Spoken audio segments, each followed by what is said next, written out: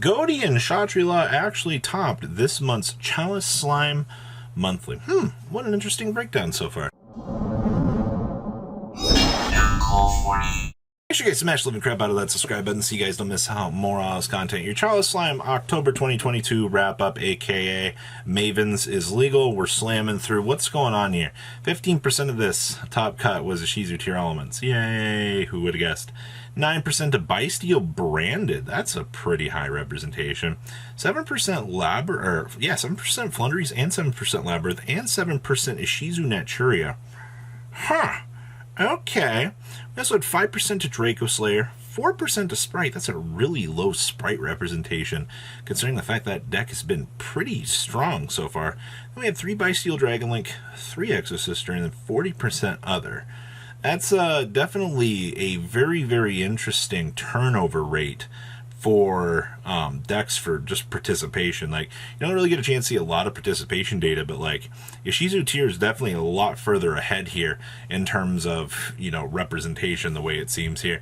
As we shift on over here into top 8 here, you had 3 Ishizu tier elements being your dominating force in top cut. I mean, should we really be surprised about that? The deck literally is the massive monster of the format. Actually, I'd say it's the boogeyman of the format more so. We also had 2 Sprite in top cut. You know, for that very small Sprite representation, 2 of them were able to grind on into top cut, so I'm not surprised to see that.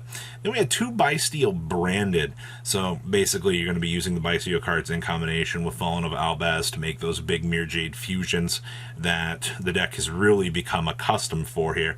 And then we also have 1 Flounderies in top cut. Now, top 16 we did have a Shatri Law deck and that Ghoti list here, and when we get a second here to look at these deck lists, you'll get to see those. But man, for your top cut representation, this is pretty scary actually, though it does give me hope for top cut in the top 16 bracket. Let's pass on over to deck list, shall we? Alright, so the first list we have here would be our winning list for Ishizu tier elements. Oh man, look at that, straight all of the 3 outs. Only 2 Reno Heart. That's a wee little bit interesting. I see that we are also playing the Exchange of the Spirits. I know a lot of people don't want to touch Exchange of the Spirits. They're just like, yeah, the card is inherently good, but like, we'd rather just cut it out of the build. And I can understand some of the argument for this, because having that Exchange of the Spirits in the deck can lead to some dead draws. We're also doing, you know, the Emerald Tortoise with the Rainbow Bridge of Salvation with the Foolish Burial Goods, so that you can get to the turtle, because it's a free aqua target at the end of the day. Why would you not want free chicken tendies with your deck? And of course you see the Lingaribo down here seeing play, because Nightmare Corruptor Ibli is gaining a lot of momentum. Honestly, when the Sprite player hands you it and you're just like, oh yeah, thanks, I really appreciate that. Then we got Cowboy for Time. Yeah, this deck pretty much has all of its bases covered for what I would consider one of the more standardized versions. Next up here, more Ishizu tier. Now, this is where you get the theory out of this past weekend here, where they're just playing the 1 Agito because it ends up being the dead draw, per se. And I perfectly understand that, alright? 1 ends up being good enough. You're also playing the Herald of Orange Lights. Do take note, though, that both of these lists are not playing Diviner of the Herald, which is kind of interesting. We are still playing our Bysteel package, even though it's a little bit cut back here with just 2 Magna Hut and 1 Jerusalem. We're citing the other Magna Hut. A lot of the generalized consensus has been, you know, you don't want to focus on playing 3 Magna Hut because it can lead to a dead draw. And I mean, I'm not going to lie to you, considering the fact that their effects are locked behind once per turns. If you see 2 Magna Huts, that's going to hurt you on terms of your consistency. And, you know, if you're playing against a matchup that this doesn't even, like, matter, yeah, I get it. And then, of course, we have the Time Stealer right here. I love Scattershot, man. This card is so hilarious. Outside of that, I guess, like, the biggest other focus is Triple Scream. We have, this is a 60-card pile. This is Tri-Brigade Sprite. Okay, so first of all, 60 cards. So you're going to get to focus on everything that you want. We are doing the Nimble Angler package with the Nimble Beavers, because Sprint is an amazing card. We also have room to play the 1 Light Heart to be able to make. That's hilarious. We are playing the 1 Double Cross in the main deck. I mean, you're already this far committed, you may as well. We actually are playing Light Stage. It's been a hot second since I've seen Light Stage actually show up. So that's actually kind of nice. Dark World of Morse and Mystical Minds, and of course Super Polys for board breakers. This deck looks like a monster on paper. We're also citing the 1-of Change of Heart. Wow. I mean, you definitely get to cover your bases for sure for what you need for this, but nothing else really catches me off guard. I guess maybe the 1 ogre might feel a little bit off, but I think the rest looks fine here. Next up is our other Sprite list here. Now you're going to see a big difference between this and the previous list where you're not doing 60 cards. More standardized, except for we're playing Change of Heart here, which is also kind of interesting. I love the fact this card just shows up randomly. Now this build does not like tier. This build is focusing on your Neko main kings to stop your opponent from having fun, or at least pushing it to the end phase.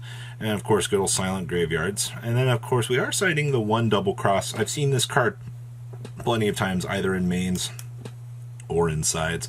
Some builds just choose not to play it, but I think the card's really just too good. And then of course we're doing double nimble angler with the triple nimble beaver. We've seen that this has become more of your standardized norm at this point as well. Honestly, outside of that, your Sprite list, you don't get a lot of crazy diversity unless you're trying to expand out the number of cards you're playing, which, I mean, I guess you can do. You might hurt your consistency a wee little bit, but I think for the most part, you don't really want to go too crazy on that.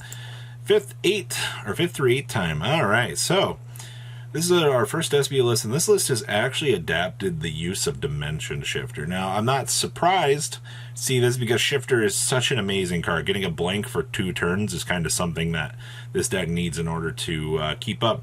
So we're also playing Brandon High Spirits to get to Shay Ren here. Okay, so we're very, very, very small package, literally, 2 cards. You have your in-house synergy here with Albion. What else is there? Yeah, the good old Ra's Disciple. Oh, God, I love the Expulsion play. The fact that Ra's Disciple is the card that you just hand over to your opponent through Expulsion. It is interesting, though, because Expulsion was seeing a little bit of play, and then it disappeared. And I think it took to about this point in the format for, I guess, this to kind of start seeing more play. Because literally, I haven't seen this in a good 2 to 3 weeks competitively. Next up here is, it's Bysteel Dragon Maids with a Luber.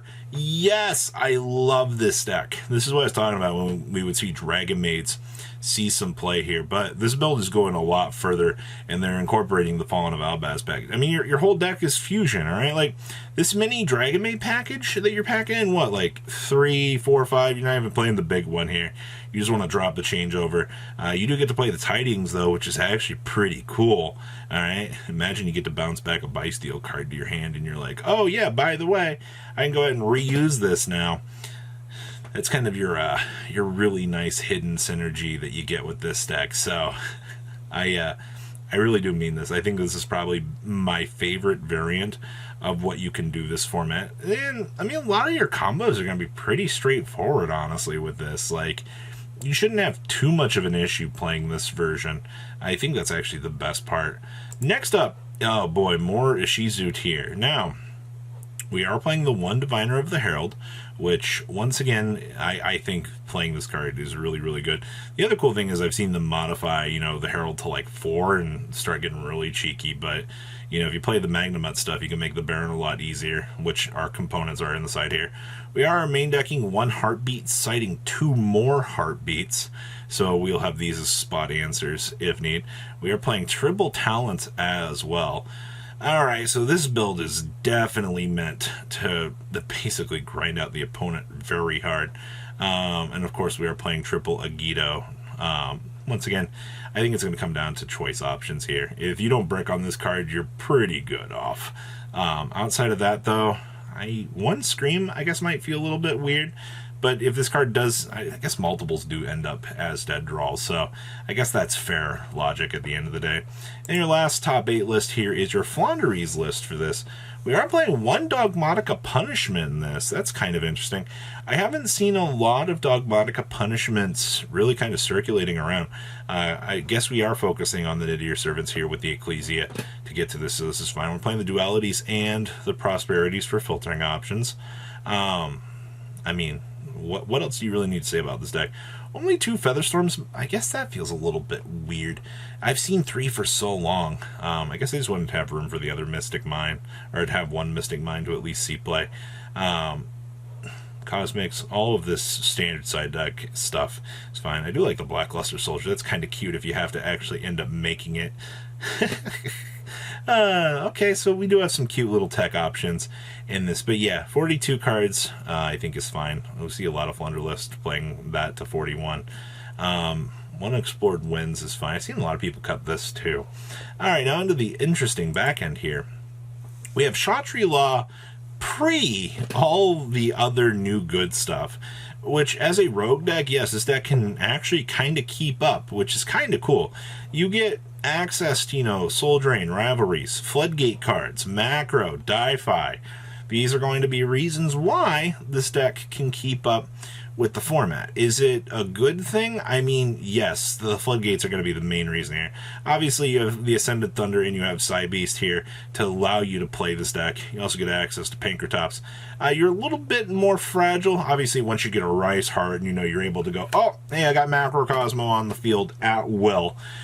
This deck will get a lot better, but you're basically playing, you know, rank 7 turbo here with these particular good cards. So definitely a lot more bases that can be covered with this build. And I mean, you also have access to Skill Drain, Spell Canceller. So definitely a very solid build. And then we had a top 16 Ghoti list as well for this tournament.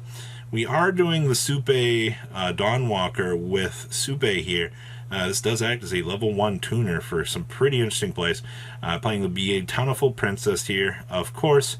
And then we are doing Abyss Shark. Man, this card is actually free real estate.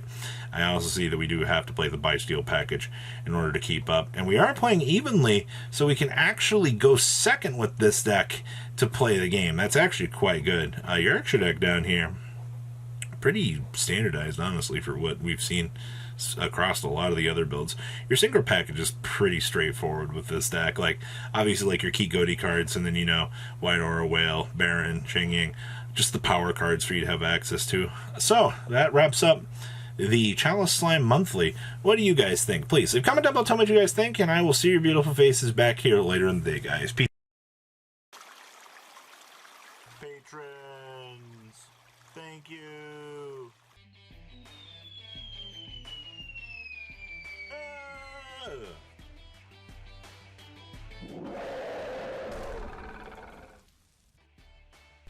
Thank you so much for watching. Check out these other videos.